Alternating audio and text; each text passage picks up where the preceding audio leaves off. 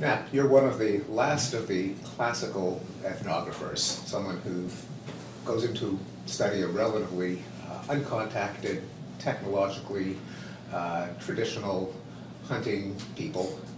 And that's not the way a lot of anthropology is done these days. I remember when I was at MIT having a conversation at a faculty lunch with a professor of anthropology, and I asked him what tribe he studied.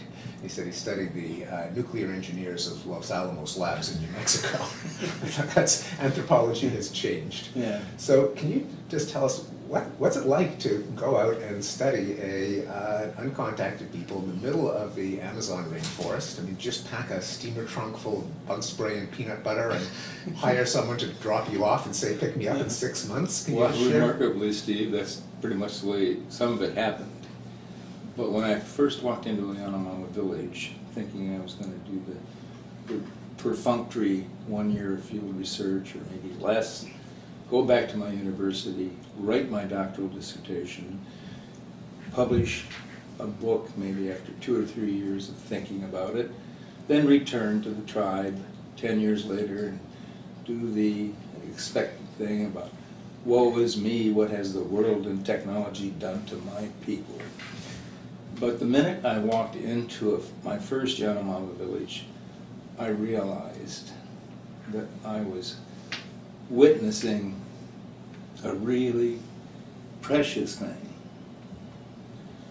And I knew I would have to come back again and again. And I did. And even at the last hour of my last field trip, they hauled me away kicking and dragging because I wanted to do more. I realized toward the end that my work had offended a large fraction of anthropologists and philosophers and social scientists, mainly because I began advocating evolutionary theory. I realized that this opposition was eventually making it into the political authorities in Venezuela, as well as in the anthropology academic community. So there were always obstacles put in my way to sabotage my field research. So the last several years that I went to the Yanomama, I spent all of my time collecting data meticulously, tape recordings, ID photographs, and I'm sitting on this vast amount of data now. And I've just been hired by the University of Missouri to begin to exploit all of this data, and it's like being the battleship Missouri, decked out, refitted, and set off on the high seas to do battle one more time. It's terrific. Who are the Yanomama? We know that they're, a lot of people have assumed that they are hunter-gatherers, which is not technically true, because they grow bananas, as I understand it. How much do we know about where they came from? We know that the Americas were peopled more than 10,000 years ago by hunter-gatherers who came over from, presumably from Siberia. But the Yanomama are not direct descendants of a long chain of hunter-gatherers. Well, what do we know about their history? Well, they're not the direct descendants in any demonstrable way.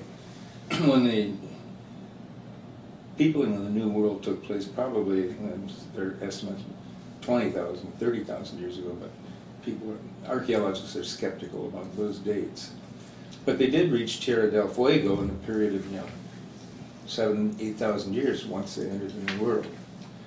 But the tropical forests were, very little is known about the peopling of the tropical forest because we don't have much archaeology on it, and we need archaeology to demonstrate the age of the sites there, and it's not the kind of conditions where preservation of artifacts is ideal. In any event, there are speculations about vast civilizations on the Amazon River proper, and that the invaders from Portugal and Spain decimated these populations and introduced diseases that had, of course, tragic consequences. But a lot of that is just speculation. On the other hand, I have found archaeological sites in the Amazon basin itself that indicates there were some people there of a rather high order of civilization compared to the tropical forest peoples. Their pot ceramics and glass, not glass, obsidian tools and beads, some with holes drilled through them, in the middle of the tropical forest. And very large sites. I went to a Yanomama village very recently, well, in my research very recently, 1990. They were sitting on a huge mound. The Yanomama didn't know who made the mound, but there were surface things showing up every time it rained. And these ceramics were elegant and very sophisticated, indicating that somebody lived there a long time before the Yanomama did. The Yanomama find celts, polished stone tools, whenever they garden, and they think the spirits made them. So there's no really good archaeology and credible history about the peoples of the New World.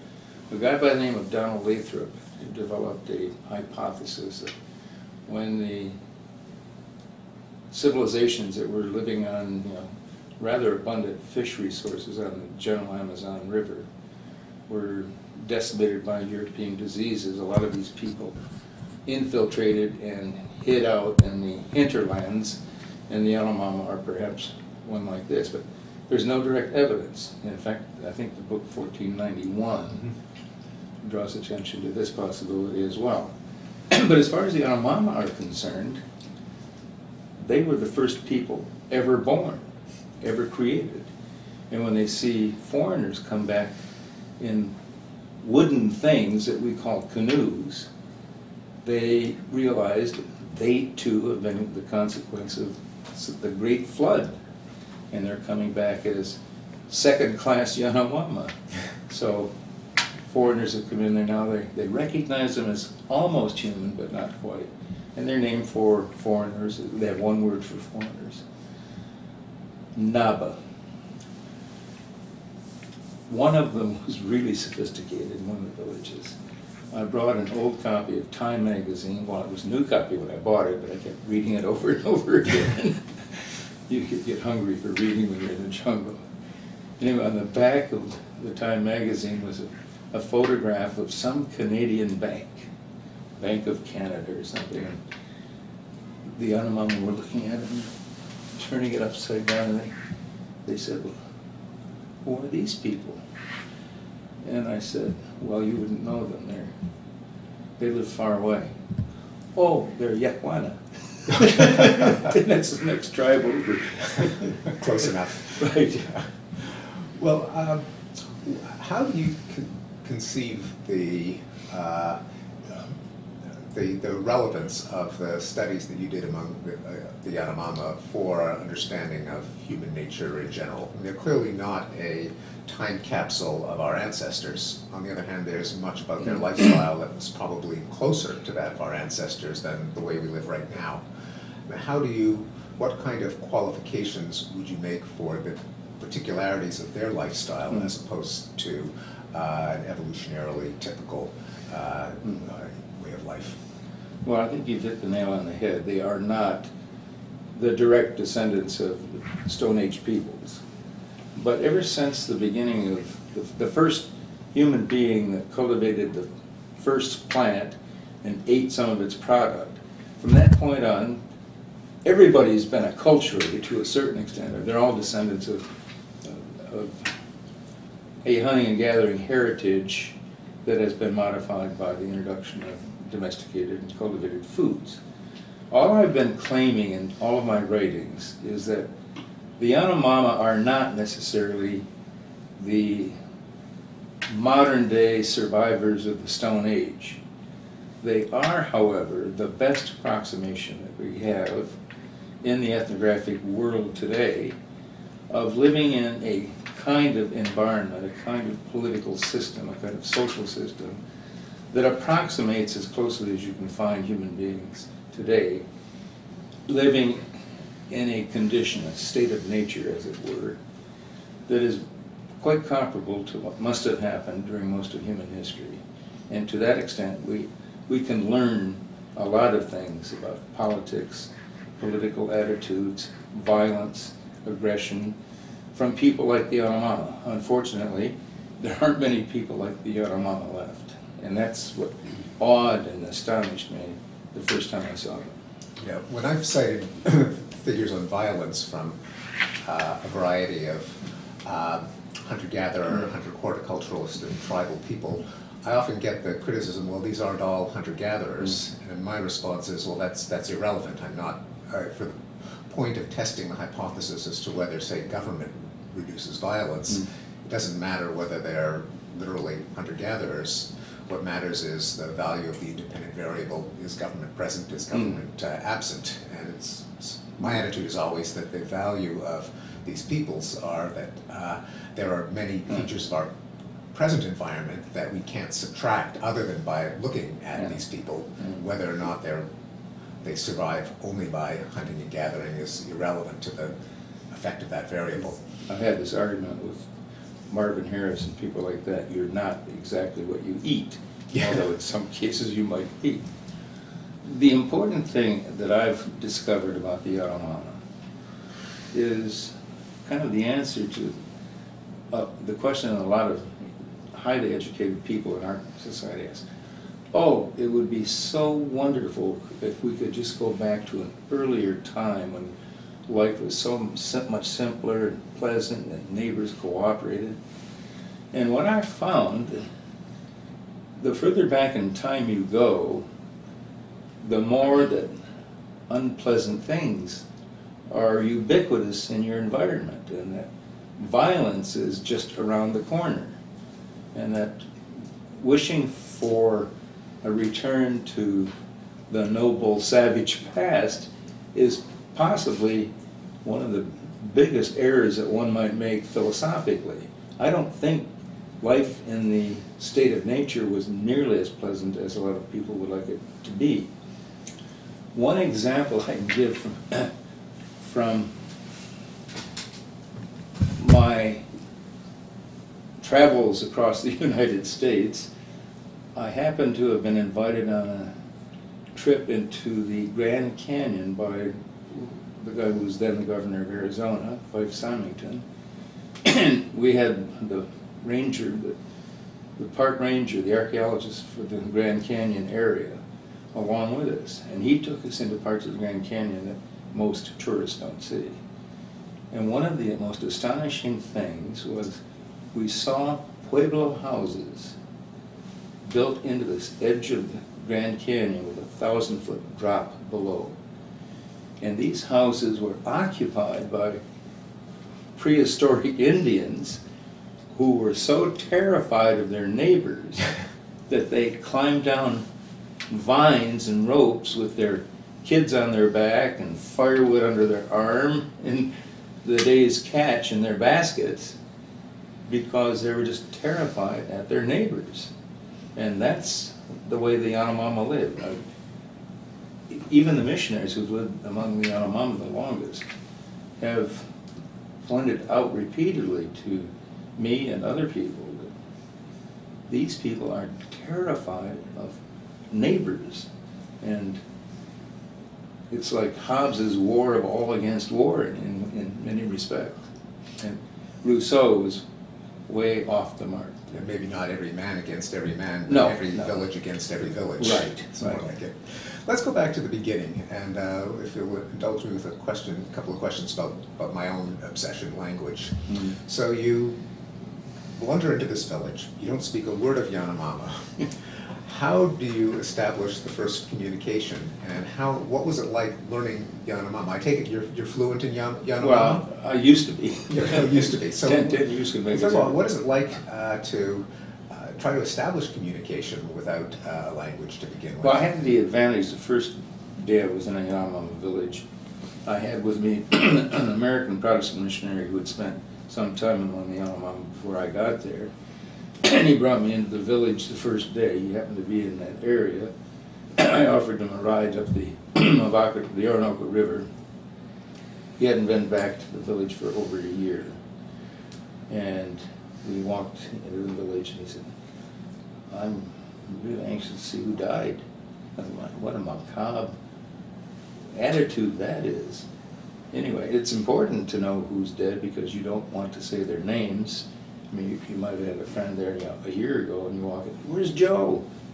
And you could be in a world of trouble because of that. Anyway, he wrote down a number of phrases for me. And with this humble start, I began adding words and ways to make these statements meaningful to the Yanomama. Most of the phrases were things like, don't hit me with that. But it was things like, fetch some firewood, or share your food with me. And of course, in the course of a few weeks, the missionary left. I was all alone with the Yanomama there. And they realized at some point, very soon after he left, that I couldn't speak Yanomama very well. And they thought, he must be deaf. So they began shouting at me. That was their solution to our inability to communicate, or at least my inability to communicate with them, was that I had some physical defect, and so it must be my hearing. And so they shout louder and louder at me, and then finally get disgusted and walk away. But slowly I added more and more vocabulary, and I could talk reasonably fluently about common things like where do you sleep, and who's your younger siblings, and what village did you come from. But I could never, at say 6 months in the village, start penetrating the really sophisticated components of their world of thought and belief and mythology and things like that. That took much, much longer. When you did enjoy greater mastery of the language, did you find that the language itself was constraining in terms of the kind of ideas and belief systems that could be shared? I mean, there had been recent controversy over claims by Daniel Everett that Right, another Amazonian people, the Piraha, could not or chose not to talk about anything that was not in their immediate experience. No abstraction, no talk about the past, no talk about the future. In your experience with the Yanomama, was there concern with entities and systems beyond the five senses? No, I don't think the Yanomama had the same kind of limitations on the way they dealt with the external world as the Piraha did. Actually, he touched on a fairly significant controversy in your field, linguistics, Oh, yes. Noam Chomsky. What was the concept that Dan said, that regression? No, Recursion. Recursion. That the Piraha language didn't have recursion, and Chomsky believed all languages had recursion, and it was never settled. Interestingly enough, Daniel Everett had a chance to go back in and bring colleagues with him to test this proposition, this theory. It was basically a Chomskyan theory, but most of the archaeologists or the linguists in Brazil were Chomskyite advocates or students, and he failed to get a research permit to do it. Well, among the Yanomama, is it how easy is it to embed a sentence within another sentence? To say, for example, that Bill believes that John is sick. That's very easy to do. Let's switch from language to cognition. One of your work has attracted so much controversy for its descriptions of violence and sex that people forget about the rich characterization of their way of life, their technology, their mythology, their art, their humor. And for me, reading your books, what was impressive to me was how much richness there was in your description of their lifestyle. And there's one passage in particular that has stuck with me, where you describe how they hunt armadillo, which involve armadillos which live underground in labyrinthine burrows, and they would seal off all the openings to the burrows but one, take a particular kind of fungus, I believe. That, no, it was termite nests. Termite nests that formed an intense smoky fire, fan the smoke through into the burrow. Then one of them put his ear to the ground, listening for where the armadillo was. Finally, wait. they introduced A vine? vine With a knot at the with end? a knot at the end, and they gradually let the vine creep down the burrow, and the guy on the ground would keep his ear to the ground, and where it stopped, they assumed, and quite accurately, that the armadillo had suffocated there. So they pulled the vine out and laid it out on the ground and measured, or determined the exact spot where the armadillo would be, and dug down maybe 2 or 3 feet through the dense clay, and sure enough, that's where the armadillo would be. It's an astonishing feat of engineering. Can you say something about, more generally, your impressions of their folk science, their folk math, their concept of number, of causality, of space, of biological processes, of chemical composition? I mean, were they intuitive scientists? Was that all one question? That was all one question, yes. Well, first of all, the Yanomama have a very limited vocabulary of numbers. They have 1, 2, and more than 2. Mm-hmm. And it's very difficult, as an anthropologist who's interested in demography, to, for example, get ages of people. They don't reckon ages the same way as we do. However, they do talk about certain human universals that all humans have that we don't even have words for. Let me give you an example. What do you call this? The pit of your elbow? Well, the Yanomami have a specific word for that. And for example, when I would ask how old is such and such a person, they would say young, and then to amplify that, they would say he is just starting to creep. So you know pretty much the age of that. Or how old was this boy when he first went hunting with his father? He was Iwa. His muscles were just starting to get hard. And that's a very specific point in everybody's life. And how old was this little girl when she was kidnapped by raiders from the next village? She was Sudahadu. Her nipples were just beginning to appear. So they have very precise ways of indicating characteristics of certain developed ontological dimensions of all forms of life. And they are incredibly interested in insects and the world around them. Speaking of armadillos, I once asked my best informant, he mentioned the name of an insect. And I said, well, what kind of insect is that? And he said, well, you only find them in the entry to an armadillo den. You wouldn't understand that. And I said, well, apparently it's an insect that will only assemble or flock around the beginning of an armadillo den if the armadillo is there. And that's how they know which dens to light fires in. But he assumed, no, you're so stupid. You would know something like that. Did they did they make you feel stupid? Yes, they did.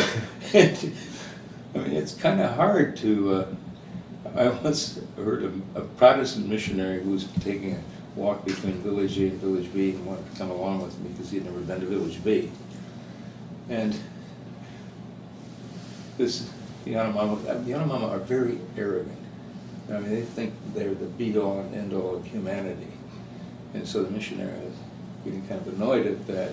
He said, well, if you think the Yanomama are really smart, why don't you go make me a knife? And the Yanomama replied, well, if you're so smart, why don't you make me one? And that didn't involve you. Centuries of the evolution of technology in the industrial world to make a knife. Division of labor. Right. Yeah. What about their, do they have words or concepts for abstract entities that might explain their observations of the living world? Do they have any sense of what was passed on, say, from a parent animal to a child animal, what was contained in a seed? Do they have words for any of the forces that push things around or that make the sun rise? You mean like gravity and Yeah, or things the like that? equivalent. Were there theoretical constructs? Well, their real belief systems about the real world around them blend in at some indefinite point in the past where you can't really tell if they're talking about spirits or creatures that are real and you can describe. So the borderline between human beings and the nether world of spirits and deities is very vague. And in fact, when they want to say something is really old, they will say something like, Peribon Iadaha, at the time when Moon's blood spilled to Earth. And they have a myth about the origin of human beings, and it begins with the character Moon. Moon was a cannibal, which they are disgusted with. Every time, for example, I would shoot a tapir, a big ungulate in the tropical forest, it weighs about 500 pounds. But they have the best tasting meat I have ever eaten. And they don't take them very often, so I would cut a big fresh slab of meat off the hind quarter of the tapir and put it in a frying pan and flip it over, rare, and then just eat chunks of it, and blood would be running down my mouth and beard, and they were so disgusted with that. You want to turn into a cannibal. So they're really disgusted. I mean, you're going to be like Jaguar, he eats people. Anyway, Moon was a cannibal, and he was once. It's hard to tell if he's human or spirit, but in a more human aspect of Moon, he came down to Earth as the moon sets, and he would capture Yanomama souls and eat them between pieces of cassave, which is odd because the Yanomama, they do make cassave, but it's nothing like the cassave it's found in the rest of the Amazon basin. Anyway, Moon ate souls of human beings with cassave, and he would ascend slowly back up into the sky, and the two culture heroes decided to shoot this varmint who was decimating their population. And the first one was left-handed and therefore a bad shot. They associated leftness with being Sina, or a poor shot. So he shot arrow after arrow at the fleeing moon, and he kept missing. And the other brother was right-handed and a good shot. He would aim, hit Moon right in the belly. And where Moon's blood dropped to Earth, it changed into Yanomama. And where the blood was thickest, the Yanomama were really violent and fierce, and they fought constantly and exterminated each other. And where it thinned out, when it spread through the water, the Yanomama formed by that blood were more suave and friendlier, and they didn't exterminate themselves. But nevertheless, Tapawaitari no Morao, even they were violent and fierce. And where it got almost thinned down to nothing, just water, they were pretty timid, and most of those are foreigners.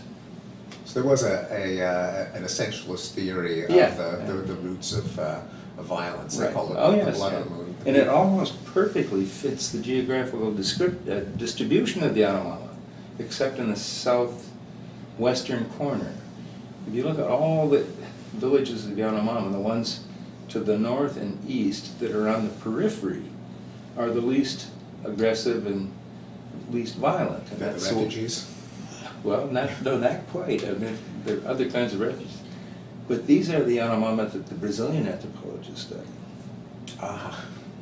So were there any skeptics of these received myths? I mean, I've heard from Louis Liebenberg among the Sun that one would tell him the official story of sunrise and sunset, namely that the sun was murdered at the end of every day and his bones would be thrown across the sky to be reborn. You could even hear the whistling at night. But then the guy said, that's the story, but I've listened hard. I've never heard that whistling. Did you ever get any atheists, agnostics, skeptics among your... One of my best informants, a man named Kalboa, was telling me the myth of Naro. Naro was kind of an opossum, but it smelled like a skunk. Naro is a really stinky creature. Anyway, this episode of Naro, he climbs up a tree and they chop the tree down and the branch was bent way over onto the constrained by a spider web. Anyway, and they chop the spider web and Naro goes flying off into the sky, and my informant said, "You believe that?" So there are philosophical skeptics among the Yanomami too. That's reassuring. Right. I mean, at least since Alfred Russel Wallace, there have been curiosity about the roots of the ability to do science in pre-literate and foraging peoples. And Liebenberg argues that it's the ability to infer the behavior of animal through tracks. That's the basis of the cognitive ability to do science. But I take it there's more general inference from evidence that you saw among the Yanomami? I'm trying to... I mean, they did have a theory of the kind of demographics and sociology of concentrations of population and violence that they explained by unobserved entities. Right. But were there... did you see other cases where they really acted like folk scientists? No, but now that you got me thinking about it, I think there's a general correlation between native peoples in the Amazon, or in South America in general, and then the sophistication of their numbering system, and the degree to which they intellectualize and have concepts of, say, the stars in the sky and have constellations, or the complexity of their baskets. And I think numbering systems tend to be correlated with complex basketry and complex cosmology. Now, I don't know a good example from my work among the Yanomami that illustrates that.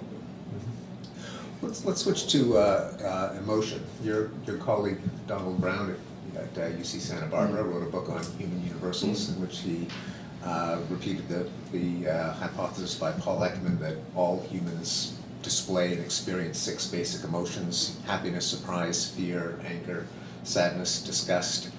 But what about the rest of the spectrum of emotions? Romantic love, pride, jealousy, nostalgia, guilt, shame, schadenfreude. Well, that's one question. That's one question. Do you get a sense, in having lived with them for many decades, that their general range of emotional experience was similar to ours, different from ours? I think it was quite similar to ours, with some major differences. For example, I don't think romantic love exists among the Yanomami, even though Helen Fisher, for example, and people like Helen who do that kind of research. Yoni Harris was a student of yours, or a student of Don's. Well, we had a knockdown, drag-out argument on her dissertation. But I think, well, first of all, the Yanomami are so inbred that when they marry a wife, she's very often related to the husband by a factor of coefficient of relatedness is much closer than first cousins. So kin selection theory and affection and obligation to a close kinsman, it, I think, becomes entangled with notions of romantic love. Secondly, if romantic love really existed in societies like the Yanomami, why do the Yanomami refuse to marry their parallel cousins who are as related to them as their cross cousins?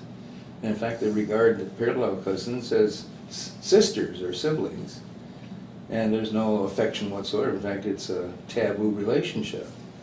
So culture and classification of kinsmen interferes to a certain extent the emotions that they might have. And finally,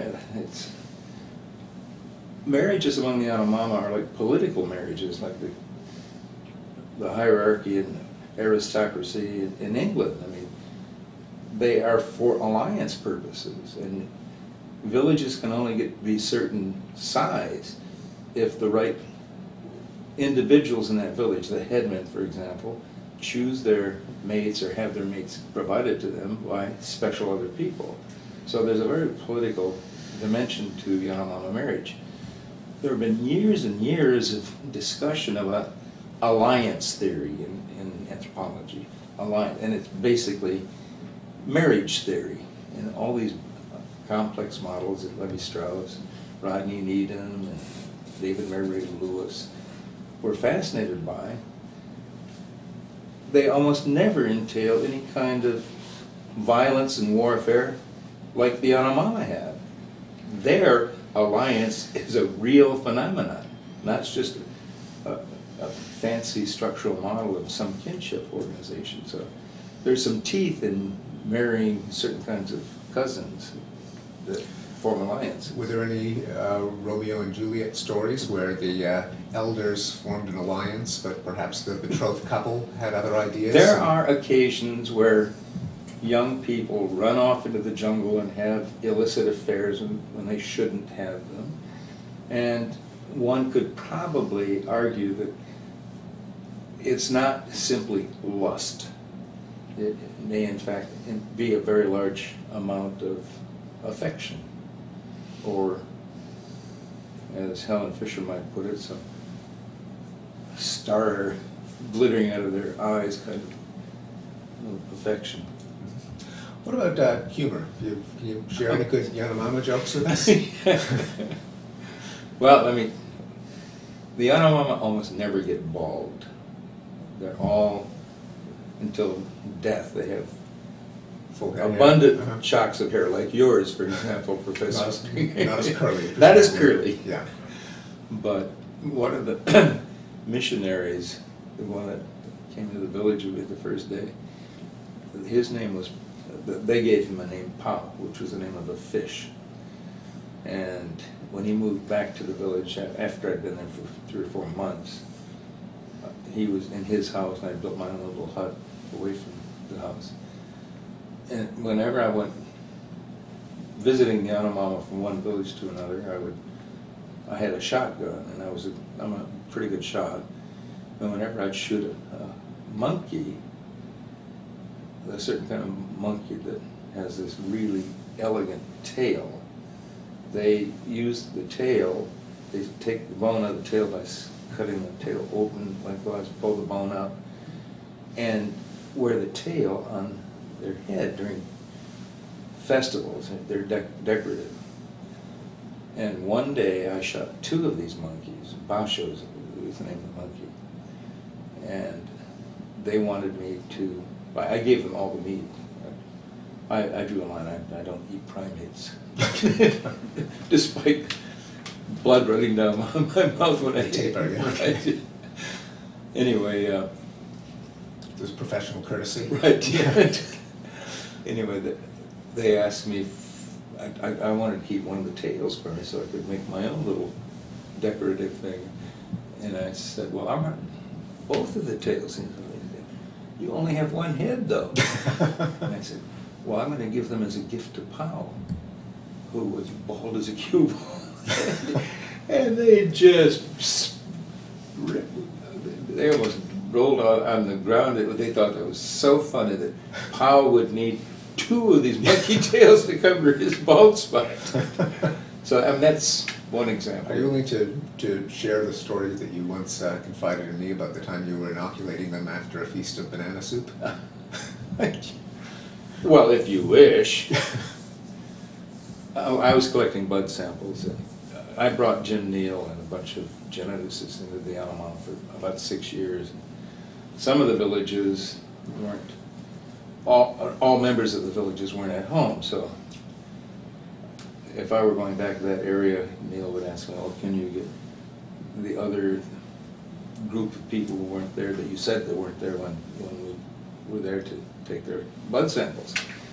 So I went back to this one village. It was a huge village, 280, almost 300 people, which was big for a Yanomama village. Anyway, they knew that after the blood sampling, I would always give them gifts. And so I reached down to find the vein and take blood sample. I had Vacutane every time I do a blood sample, and I'd try to sit back up again, and there'd be all these hot, sweaty, painted bodies with nara, this red paint that once you get it on, you never get it off. And they had just had a big feast of banana soup, banana pudding, and meat. And they were breaking wind. And finally I got so disgusted with all these sweaty bodies hovering around me, and I couldn't even move. And I said, "Would you sons of bitches stop farting?" And one guy said, he looked at me, he said, "Fart? People in this village can't fart. We don't even have rectums." Or anuses. That's a Yamak polite version of Bosi the story. Kawami. We lack anuses. That's how exalted they are. Let's switch to conflict, which has generated so much conflict in the interpretation of your work. Well, as you pointed out in the little brief introduction to me, I've talked about a lot of things other than conflict, but conflict is my specialty. So you documented that one of the things they fight over is women, which is significant because there's a frequently repeated myth that native peoples have, since they have no wealth, there's nothing to fight over, and it's only when you have the accumulation of wealth that there's anything worth stealing, whereas if people fight over women, they always, in principle, have something to fight over. But is it, I think it's not the only thing that they fight over. It's one casus belli, but they can also fight over territory and... I'm not sure if territory, we can discuss that at great length, because there are many different dimensions of this territorial thing that we're now raising. But the Yanomama will, for example, fight over honor. If somebody disses a colleague in the village, when a guy goes out hunting and gets a big game animal, he is pretty much obligated to share that game animal out with, especially his in-laws and people that he's married, the people who his wife came from. And they're all living in the same village, but they have cross cousins and things like that. And sometimes these guys they have grudges against each other. So at a feast where the meat is being distributed, you can really offend somebody by, instead of giving him a T-bone steak, give him a pig hock or something. And that would be very offensive. Everybody would notice it. And that could lead to a complication further down the line, but this guy dissed me and that was meat distribution, I'll bash his head in this club fight. So that's one thing you can do to, so honor, if you were to say, well, the Yanomama are aggressive because they have the strong honor code. Well, that's only a tip of the thing that the complex series of things that they can fight about. Or somebody might steal a person's tobacco. They frequently run out of tobacco, and when they run out of tobacco, their word for being without tobacco is to be in poverty, to be honey, utter poverty. I'm so honey. Anyway, to tell you how important tobacco is to them, one of my guides and I had to make my own canoe to get out where my other guide ran away, took my canoe and left us both up there to die. Up the creek without a paddle. Without a canoe. Anyway, after we ran into the first Yanomama that we saw in several days, the Yanomama, they shared their tobacco all the time. They're not good on the germ theory of disease. For example, one guy will put his tobacco down, the other guy will pop it. Chewing tobacco. Yes, yeah. Not smoking, yeah. They put tobacco wads that big around and that long between their lower lips and their teeth. Anyway, he laid down in his hammock and he went, oh, I was so poor I thought I would die. He was sucking on this old 3-day-old wad of tobacco from the other guy. So one of the things that they do when they run out of tobacco, they're not good planners for surplus production, so they tend to be underproducers. So there aren't many foods that the Yanomamo will fight over, but tobacco is one of them.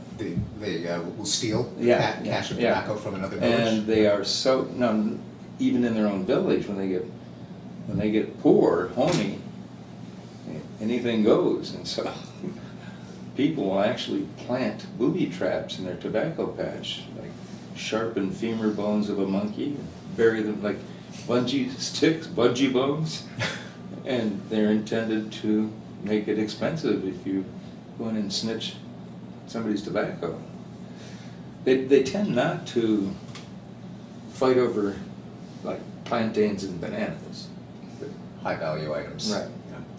You've written a lot about their conflict resolution techniques. Can you say a few words about how they try to, well, first of all, what are their attitudes towards conflict? Do they have a, to what extent do they valorize conflict itself? Do they believe that it's manly and honorable as opposed to deplorable and wasteful? And what do they do about it? I wouldn't say that their polar extremes are as you have stated it. They don't like to fight, actually. They prefer to be friendly and amicable and live life in harmony. But they're caught in a conundrum of the following sort. The only way you can live that nice, happy, free life is if you're in a small community, like 25 people, most of whom are children. So everything is happy and friendly. People get along with each other. But a village of 25 people is extremely vulnerable to raids from the outside. And the men will come in and steal the women and send the men packing, or shoot the men and take the women. So they're constantly being pressurized to maximize the size of their village. And as you increase the number of people in the village, you get increasing amounts of conflict. To get on each other's nerves. Right. And occasionally they'll explain to me, the question I always ask, all villages fission, why did such and such a group fission away from such and such a group? And occasionally they'll say, we just got so damn many people that we're on each other's nerves all of the time, so we just split apart. But when the intensity of warfare is high, that would be really hazardous to split apart. And what I often find is that you have a garden that might be 20 acres large, which is a big garden, and a fight might occur in a village that might be 200 people. And instead of picking up and moving the next valley over, they can't because they're too dependent on their gardens. So they split the Charbonneau into 2 parts, each located in a different part of the garden. Then they begin transplanting their plantain cuttings and banana cuttings and tubers to some other location, maybe a day's walk away, until they get that garden developed to the point that it can feed them. Then they move away. But they may rejoin and move away again if... Do they ever attack preemptively? Like, let's wipe them out before they wipe us out? That's rare. And it only happens recently when the Yanomamo are put in a position where they acquire firearms, as Catholic missions frequently give them to lure them away from the Protestants. And that's unfortunate. It's happened a couple of times in the area I know best. And so when the guys who get the shotguns, they say, well, let's go kick some ass over the other valley, and they'll go shoot and kill people and they have no quarrels with. But not out of fear of being attacked first, no. Just out of naked aggression. Well, once the Yanomamo explained it this way to me. When you give a fierce guy a gun, he wants to use it. But subtracting away the guns, is there, when the villages are attacking each other, is it, how much of it is out of revenge, how much of it is out It's of almost fear? it's almost always for revenge. They're, well, it's like Meggett's book, blood is their argument. The Yanomamo will always attempt to avenge the death of a kinsman.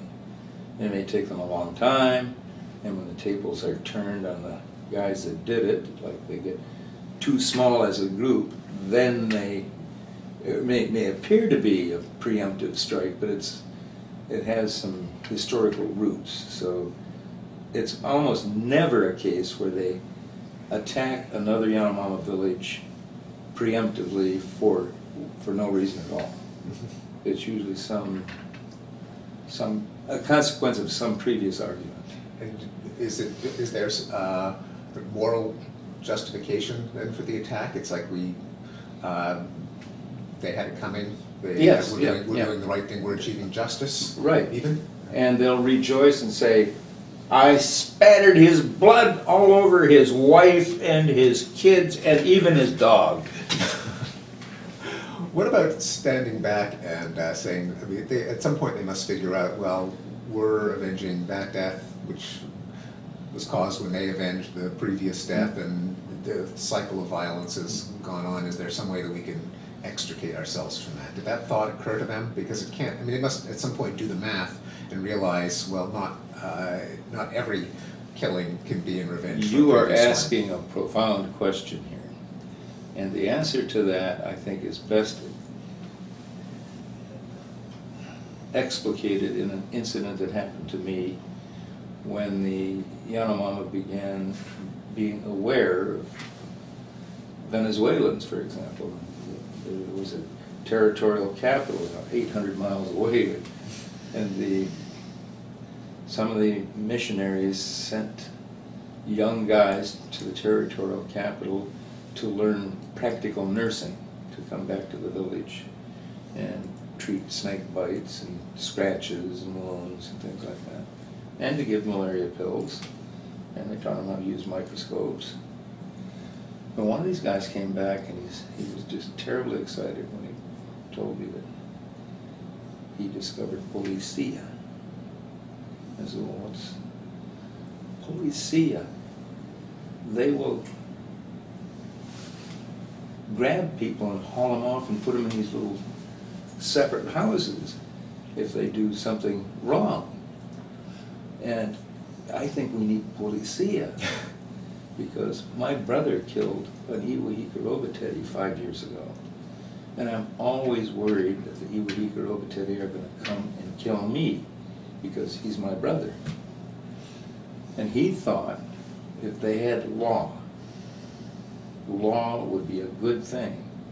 And ironically, the whole origin of anthropology began when early lawyers like jurisprudes and McLennan and Morgan, they were astonished when they came to the New World and saw all of these huge populations living in harmony, and they couldn't understand how they could do it. Well, kinship was part of the answer, but they began thinking seriously. Well, it goes back to Plato, too, about the origin of the state. But a lot of legal minds in England and in the United States were astonished that the political state could evolve out of primitive tribes like the American Indians. So you discovered a kind of Yanomamo Hobbes who rediscovered the Leviathan, right, or at least appreciated it. Final question, and it flows out of your answer to the last one. But is there how should we think about what we should do with indigenous peoples? How much of the fruits of civilization should we share? How much should we try to preserve them or allow them to preserve themselves? How much do they want to preserve their traditional way of life? And you must have given a lot of reflection. Yes, I have. To this. One answer right off the bat is if you cripple the patient, you better provide the cure. And to a certain extent, that's what civilization has done to the indigenous peoples.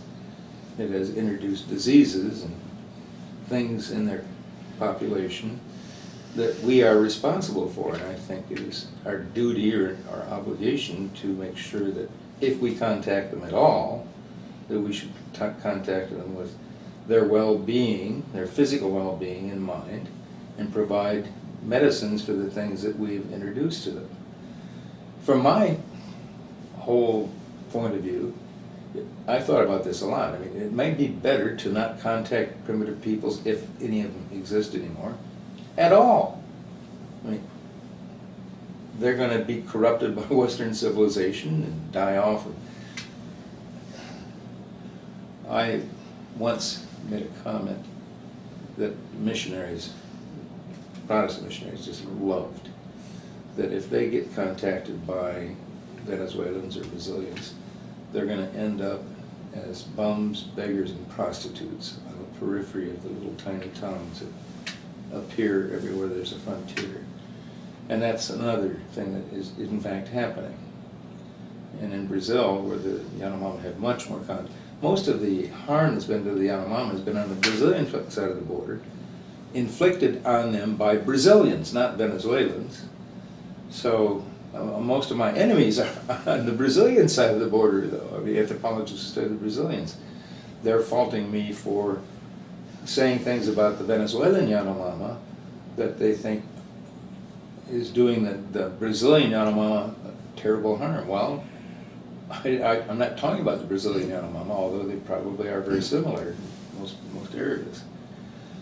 But we can't leave them alone anymore. I mean, there's no way in the world that we can contact native peoples and avoid the consequences of providing some sorts of resources to repair the damage that the contact itself has created.